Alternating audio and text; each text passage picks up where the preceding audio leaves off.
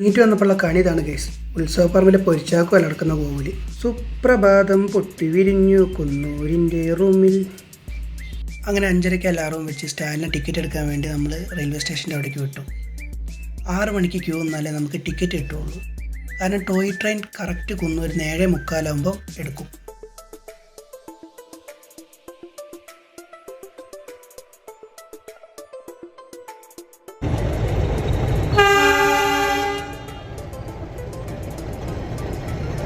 അങ്ങനെ ട്രെയിൻ യാത്ര ആരംഭിച്ചു. എന്താകും എന്താണ് എന്ന ആശങ്കയോടുകൂടി കയറിയവർക്കെല്ലാം കണ്ണിനും മനസ്സിനും സൗന്ദര്യം തരുന്ന യാത്ര തന്നെയാണ് ഈ ടോയ് ട്രെയിൻ യാത്ര നമുക്ക് സമ്മാനിച്ചത്. ചുറ്റിനും തേയിലത്തോട്ടങ്ങളും ക്യാരറ്റ് പാടങ്ങളും തുരങ്ക യാത്രകളും മനസ്സിന് കുളിർന്നതാണ്. ശരിക്കും അറ്റ് ദ എൻഡ് ഈ യാത്ര എനിക്കൊന്നുറപ്പാണ്, അല്ല ഞങ്ങൾക്കൊന്നുറപ്പാണ്. ഹാപ്പി.